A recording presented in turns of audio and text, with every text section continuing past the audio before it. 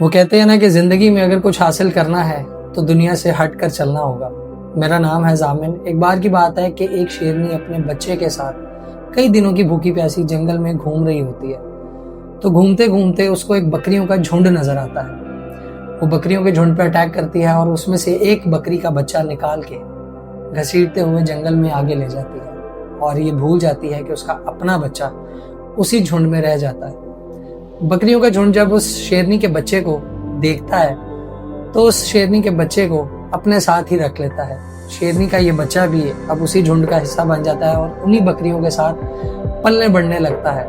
और देखते ही देखते एक अरसे के बाद ये शेरनी का बच्चा एक बड़ा शेर बन जाता है। कुछ वक्त के बाद यही बकरियों का झुंड जंगल में कहीं और टहल रहा होता है तो एक बड़ा शेर जिसको भूख लगी होती है इस झुंड को देखते हुए इस बकरी के झुंड पे अटैक कर देता है।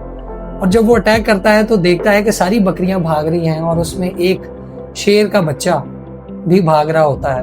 ये बड़ा हैरान होता है, ये बकरियों के झुंड को छोड़ के इस शेरनी के बच्चे के पीछे भागना शुरू कर देता है और इतनी स्पीड से उसके पीछे भागता है कि उसके करीब आ जाता है। जैसे ही उसके करीब आके पहुंचता है तो उसे कहने लगता है कि अरे भाई, तुम भी शेर हो, मैं भी शेर हूं, तो भाग क्यों रहे हो। साथ ही वो शेरनी का बच्चा जो कि बड़ा हो चुका है वो उससे कहता है कि प्लीज मुझे मत खाना, मुझे मत मारना, मुझे कुछ मत कहना। वो कहता है अरे भाई, मैंने तुम्हें क्यों मारना है, तुम्हें पता है तुम भी शेर हो। लेकिन वो शेरनी का बच्चा अपनी पहचान भूल चुका होता है क्योंकि वो उस बकरी के झुंड में रह के अपनी पहचान उस जैसी बना लेता है। ये बड़ा शेर इसको जबरदस्ती अपने साथ घसीटता है और पास करीबी तालाब के, जिसका पानी बहुत साफ सुथरा होता है, उसमें जाके इसको इसका अक्स दिखाता है और इसको कहता है कि देखो, तुम भी एक शेर हो और तुम्हें बकरियों के झुंड के साथ रहने की जरूरत नहीं है। तुम अपने आप को पहचानो कि तुम कौन हो, तुम इन लोगों में रहने के लिए नहीं हो।